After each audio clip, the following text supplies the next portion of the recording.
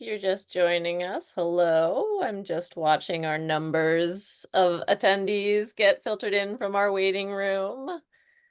I'm giving just a minute or two for folks to filter in. My name is Abby Chabitnoy. I'm one of the poetry editors at Massachusetts Review here with Nathan McClain. And we're delighted to be hosting the Halley Prize, which I think we were talking about. I don't know the number that was decided, but it is a prize that is ongoing for many years, and we're very excited to be able to continue this tradition and this reading virtually as Michael is joining us from Utah this evening. And we've got our link in the chat for the broadside, so I think that's probably my cue that I can go ahead and get started. We've got folks in the room and situated, so it's my pleasure to be able to introduce Michael Lavers, this year's winner. And I'm going to introduce his poem and then turn it over to him for a wonderful evening of poetry. One of the hazards of this profession, if one could call it that, this vocation, perhaps, of a life lived in poetry, in its writing, its editing, its teaching, its careful reading, is the threat of being overwhelmed, of losing sense of the ground beneath one's feet, swept up in so much careful, beautiful, difficult, intentional, evocative language and imagery and emotion, and then to be accountable to articulating the distinct qualities and merits and operations and gestures of so much varied and rich literature in academic and professional settings, where it is not enough to be moved by a poem in one's own encounter. It is a labor I am grateful to be able to participate in, among many reasons, for the opportunity to be moved to stillness in the midst of such entropic work as human living, by a voice also attuned and attendant to cultivating the kind of attention that reminds us that such living, if not always downright joyful, is nonetheless a gift to be grateful and thankful for. Michael Lavers' Sun, Birds, and Leaves is such a poem, building an appreciation for those titular daily constants, small miracles easily taken for granted, through a creative repetition that conjures the fullness of the speaker's awareness, even as it could well fall into a stalling device for such unbearable grief that is as necessary for living fully as remembering to feel joy. This year's Halley Prize winning poem moves me to such full presence in an existence that more and more threatens to sweep us up in its relentless noise. Heaven is here, and I have not forgotten, Lavers writes. Let us not forget it. Michael Lavers is the author of After Earth and The Inextinguishable, both published by the University of Tampa Press. His poems have appeared in Ploughshares, AGNI, Southwest Review, Best New Poets 2015, TriQuarterly, the Georgia Review, and elsewhere. He has been awarded the University of Canberra Vice-Chancellor's International Poetry Prize, the Moth Poetry Prize, and the Bridport Poetry Prize. Together with his wife and their 2 children, he lives in Provo, Utah, and teaches at Brigham Young University. Please join me in welcoming and congratulating Michael Lavers. Wow, thank you. That was such a, can everybody hear me before I start? People can hear me? Yeah, okay, good. Thank you, Abby. What a generous and kind introduction. And thank you for awarding me this prize. It's a great honor and obviously unexpected, and I'm still kind of pinching myself. Thank you, Nathan and Emily and Jim and Eddie and everyone at the Massachusetts Review for organizing this reading.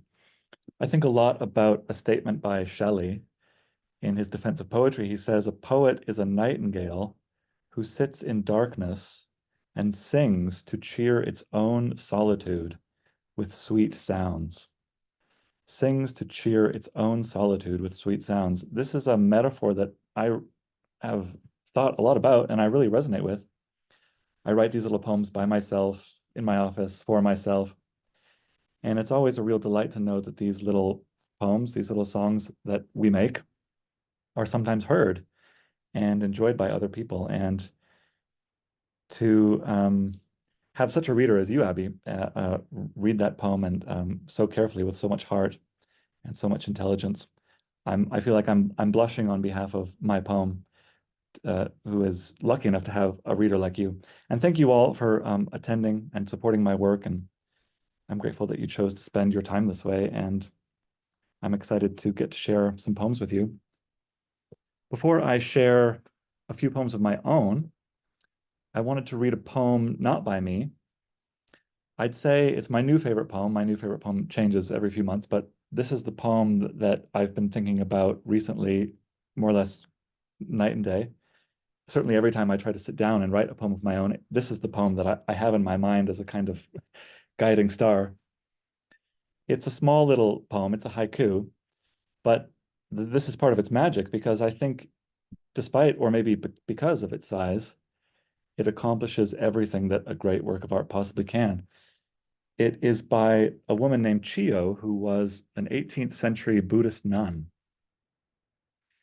And this is the haiku that she wrote on her deathbed. I have seen the moon. Now I can say goodbye to this world. So it's kind of breathtaking. It's foolish of me to read my own work after such a beautiful and gorgeous poem. I'm just in such awe of this poem's ability to remind us of the beauty and even the sacredness of so much that we call common or that we take for granted. I have seen the moon. Now I can say goodbye to this world. I'm also, I often think of this quote by the Italian poet and filmmaker Pasolini, who said that the motivation, he said, quote, the motivation that unites all my films is to give back to reality its original sacred significance. And I suppose that this articulates pretty well the motivation behind my poem Sunbirds and Leaves, which is the poem that was awarded the Anne Halley Poetry Prize. I'll read it first, but before I read it, I feel like I somehow have to explain the rather morbid subject matter, and I promise that not all of the poems that I'll read tonight will be prefaced with disclaimers like this, but this might take 2 or 3 minutes for me to contextualize. It's a rather strange poem for me, I think. I don't think I've written a poem that includes details as ghastly, honestly, as this poem does. Although they are true details about my mother's death. She died when I was 18 and she was 46. And it took me forever to figure out how to write about her death, not because it was too emotionally difficult. I don't think that was the main problem. I think the main obstacle was because I felt like it's just such a losing a parent is such a universal experience. And I didn't think I could possibly say anything new or interesting or that wasn't a cliche or obvious. So I just avoided this for many years in my poems. And then a couple years ago, I was teaching in a literature class. I was teaching The Brothers Karamazov, Dostoevsky's novel. And there's a little snippet in this book that I'd like to quote because it's what kind of inspired the title. And also, I suppose you could say it's what inspired the spiritual or emotional thrust of the poem. Everybody knows that in this book, Alyosha, who is a young monk, is talking to Ivan, his older and somewhat suicidal older brother. And when I was reading this, I was just so profoundly caught off guard by Alyosha's reaction on hearing that Ivan is contemplating suicide. Ivan, you all remember, is kind of overwhelmed with all of the horrors of the world and the suffering of existence. And he says to his brother, quote, I told you, all I want is to live on till 30 and then dash the cup to the ground. Dash the cup to the ground is his way of saying, I'm just going to end it. And in response to this, Alyosha, his brother, suddenly, kind of immediately says, but the little sticky leaves, which is such an amazing detail to me. I didn't realize until I was reading this that he's right. New leaves in spring, when they first kind of come out of their buds, they're covered in this kind of glutinous resin or something. They are sticky. Alyosha goes on, he says, but the little sticky leaves and the precious tombs and the blue sky and the woman you love, how will you live? How will you love them? And this kind of floored me. I couldn't really believe it. The seeming imbalance of what Alyosha objects with is so striking to me. Don't kill yourself because if you do, who will love the sticky little leaves? The math is kind of absurd and it doesn't add up. These little leaves are too simple or too mundane or too insignificant to compensate for all of the pain of life that Yvonne is focused on. These leaves are too small to fill our hearts or to overcome all this darkness. And yet, this is the miracle of Alyosha's kind of realization. And yet, somehow they're not. Somehow they kind of do. So this is the poem Sun, Birds, and Leaves. Sun, birds, and leaves outside my window. Sun and birds and leaves and a valley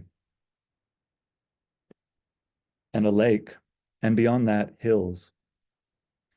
The sun that is on me, the birds that are birds. Small wings and frail backs. Sparrows bobbing in a cold wind on the wheat stalks near the fence, perched sideways, hanging on, some nearly upside down, tearing off seeds. Yes, I watched my mother die. She moaned until she had no voice to moan, but was still in pain, and I have not forgotten. The seizure in the bathtub, getting in with her and holding her up so she did not drown. Who's to say things should be different? It is spring, and there are birds, and sun, and leaves, and my happiness in this moment knows death. It has agreed to the moaning. It seeks neither recompense nor relief.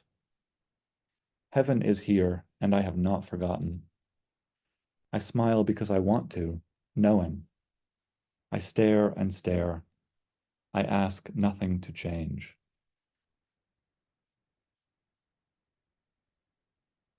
So I guess you could call that a happy poem in a way, but as I say, it does have a sadness and a morbidity to it.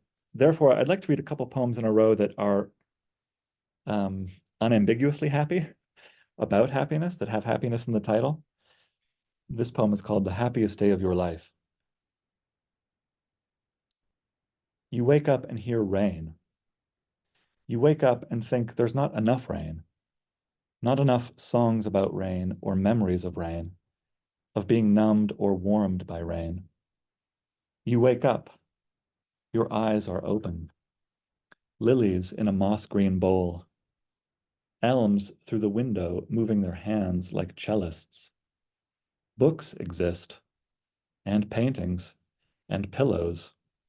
Blue Mountain and Saddle Mountain, Abundance Creek, Alpha Centauri, Delft. The woman in your dream was putting down a crate of oranges, but then you woke up, remembering there is custard, there is Verdi, there is smoke-filled late fall air, and even joy in what it feels like to grieve, wanting to sleep instead of bear what you must, like finishing the best book in the world. You wake up wanting to try. You try, here in the swirling eddies, in the dark river of time and decay. There is rain. There is this day. There is this day and no other. Praise it with trumpets and zithers. Praise it however you can. And this little silly little poem, I don't even know if it's a poem really. It might not qualify. This is called Happy Awake. Waiting by the fence, doing nothing. Then out of nowhere, joy, sidling up. Cream-colored, stout, mud on her flanks. No more what if. No more why me. She does not care the foxgloves will next week be strewn. Too intent on now, on is. But then a voice asking, doesn't a poem need problems? Doesn't joy depend on contrast, struggle and counter-struggle? And then another voice that says, let's see, how can I put this? No. My wife she's not able to tune in tonight to my reading, which is okay. She's seen me read plenty of times. I'm actually kind of happy. I mean, don't get me wrong, I love my wife, I adore her, but I'm actually kind of happy that she's not here this time because it gives me the chance to read a couple poems that, if she were here, might make her blush or might embarrass her. I don't know. This is a poem called Coda, and it's a poem I wrote many years ago when she and I were still dating. Coda. From the garden rose the sound of bees that lurched and wobbled through the peonies. We ate eggs and toast with milk that warmed in minutes in the sun, while fat drones swarmed and looped like bullets misfired from the fields. It was the sound the mind makes when it yields to glutted blood. I didn't understand until one smelled the syrup on your hand and, in a gold-encrusted drunken strut, smeared pollen from its mandibles and gut along your wrist. That morning, you had tied your hair, and as you rose and ran inside, it gently bounced and loosed and then unfurled. If the next is better, I'll still miss this world. This next poem is also about my wife, and like everyone during COVID, we suddenly developed a whole bunch of hobbies that we never knew we had or would ever develop. And one of hers was she began to collect cacti. All these cacti suddenly started appearing in our house and pricking our hands and our arms with all of their thorns, and they just started multiplying. More and more and more started appearing. So I thought, I have to write something about this. So this poem is called The Cacti. Then to my safe, dull world they came. Weird birds my wife wanted to tame. Legions of spikes and spines and quills roosting on tables, crowding sills, maces and morning stars that she rifled from nature's armory. Half-sprung grenades and razor gauze, filling the gaps where softness was. Brought home from nurseries, shipped by mail, 2 inchlings culled from roadside shale illegally, 3 filling shelves with inbred cuttings of themselves, crude cousins in a hunchbacked bloom, colluding across the living room. Here dragon eggs, there devil's phlegm, a barb-encrusted diadem of torturous gold, tantrums of green. Why are they here? What do they mean?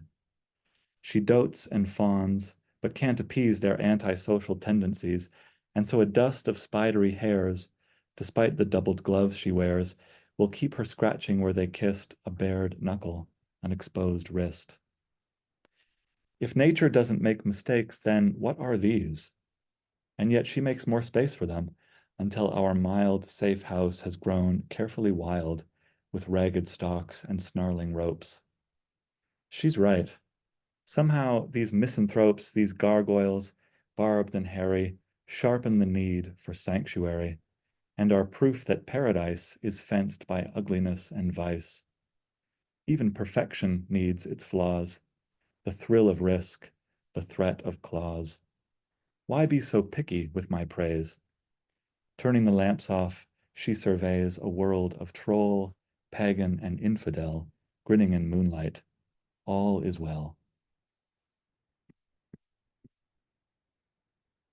So you could hear it a little bit in that poem, I suppose, but certainly in the next poem, something comes out that I think a lot about. One of my favorite poets is the Polish poet Wisława Szymborska. And she was once asked in an interview, I mean, her collected poems is a book that's very thin. Throughout her long life in poetry, she actually published a small amount of poetry. And an interviewer once asked her, why have you published so few poems? And her response was, because I have a waste paper basket, which I always thought was hilarious and admirable and kind of wonderfully honest. I will, I write far more poems than I would ever want to show people, constantly filling waste paper basket after waste paper basket with horrible, horrible, horrible drafts. So I get to think a lot about why spend so much time making objects that don't really work out or kind of end up to be half broken or too flawed to show anyone. So I suppose that's the kind of context and impetus behind this next poem, which is called, I don't know what I was thinking. I took this phenomenon of writing bad poem after bad poem, and it grew into kind of this strange, silly mythology. This poem is called The Angel in Charge of Creating Earth Addresses His Cohort. Who cares if more important worlds have been assigned to those more skillful, who make crusts that never crack, or plates too fixed to creep or jostle or explode?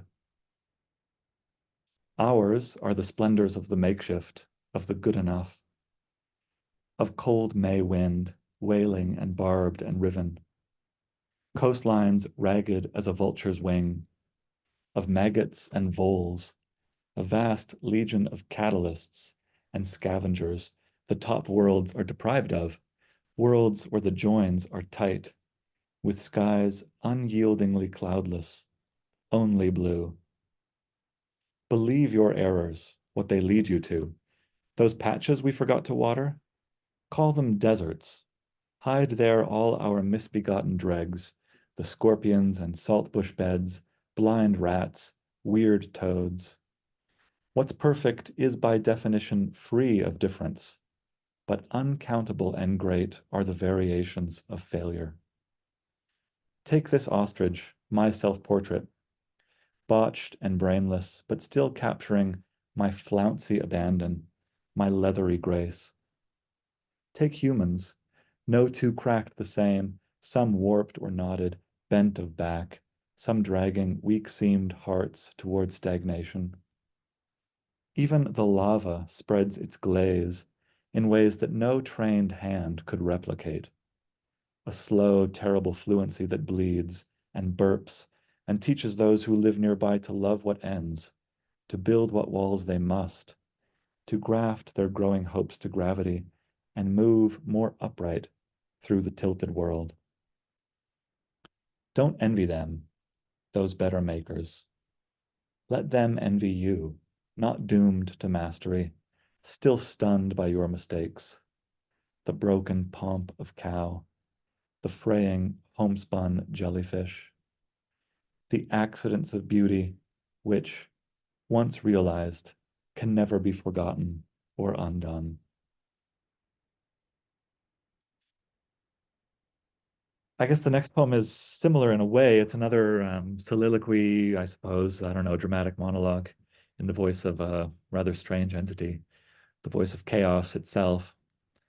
Um, I don't know if I was asked how this poem began or why I wrote it or where I got this idea. I really wouldn't know what to say. That's what happens with most of my poems. Most of my poems are borrowed, stolen, ransacked from other people's poems.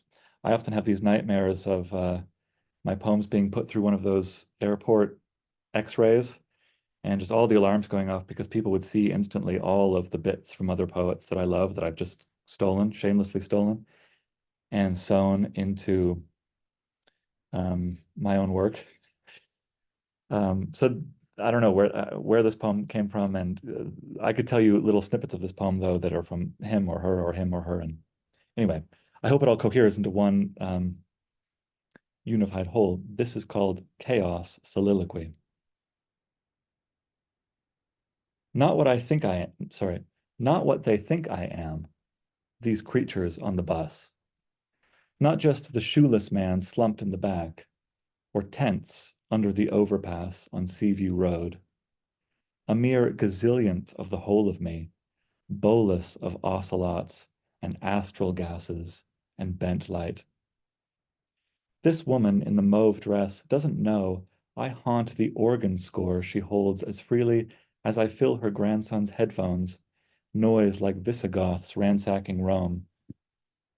That man in coat and tie? I am that coat and tie, and I'm what spiked his email with a typo that had students rummaging for clues about the whiteness of the whale in chapter 4 instead of 42. I led him to his wife and her into her migraine's third straight week. Those sirens, rubble, traffic, shattered glass, me, me, me, me. But then there's broom me, stretcher me, bright floppy body me, being revived. Just look around. All this was sea once, then a mountain. Now there's Jamba juices everywhere, and far past them something called Mexico. You're welcome. Still, the organist would banish me, and hopes her grandson will exchange the clamor of smashed temples for the hum of Luther's harmonies.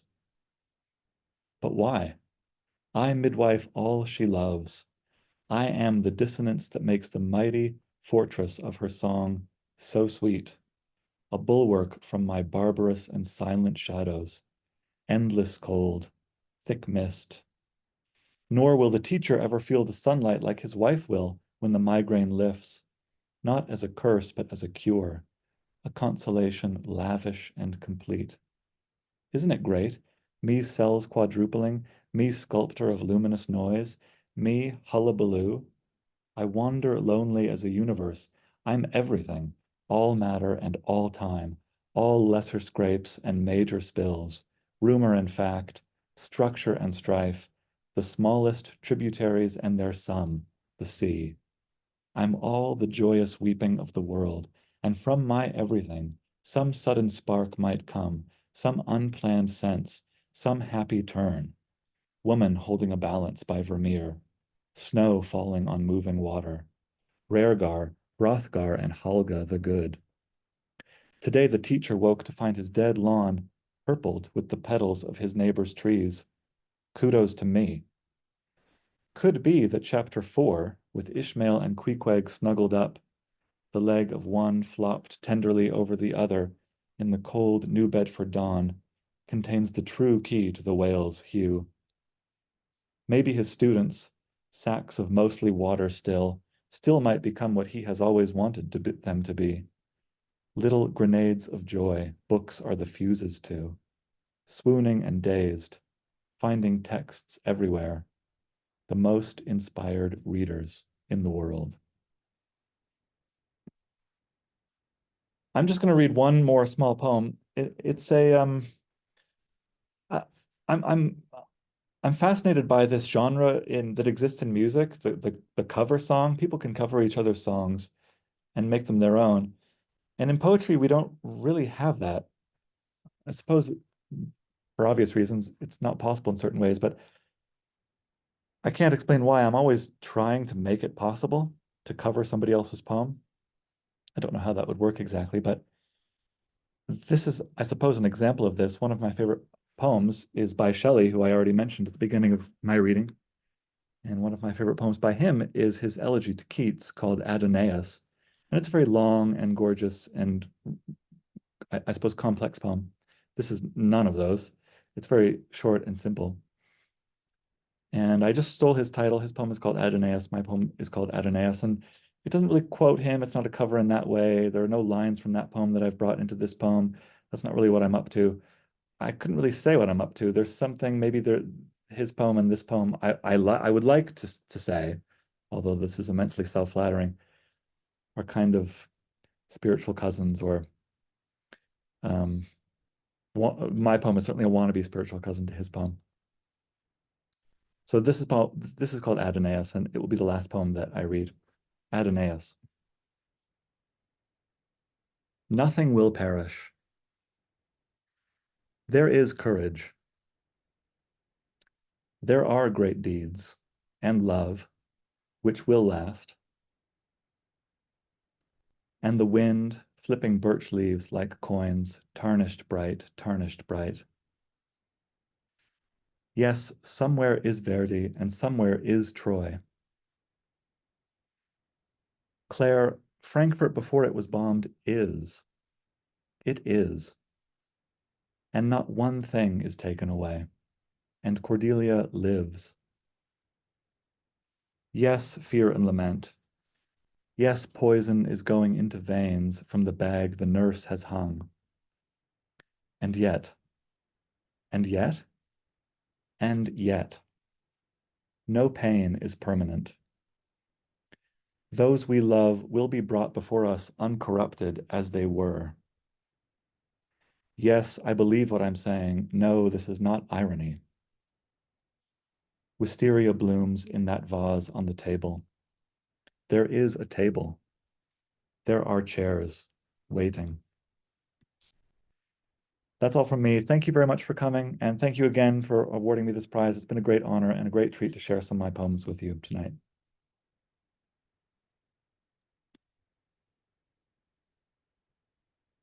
Thank you so much, Michael. That was beautiful. And to see the arc of the poems, the trend of that continued unflinching coexistence of joy and even the violence inherent in the language, and how those two balance each other throughout an evening well needed for myself, at least, and I hope others agree. Thank you very much, Abby. Thank you.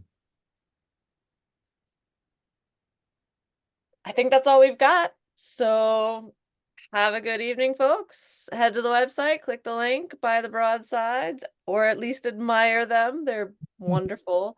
Thank you Uh, to whoever made them. I don't know if whoever made them is tuning in, but they're so, so beautiful. Thank you. Thank you. yeah, really a great component of this whole series. And look for the next issue of Massachusetts Review. And Thank thank you. you so much, Abby, for hosting and for that really lovely introduction as well. Thanks everyone for joining us. Mhm.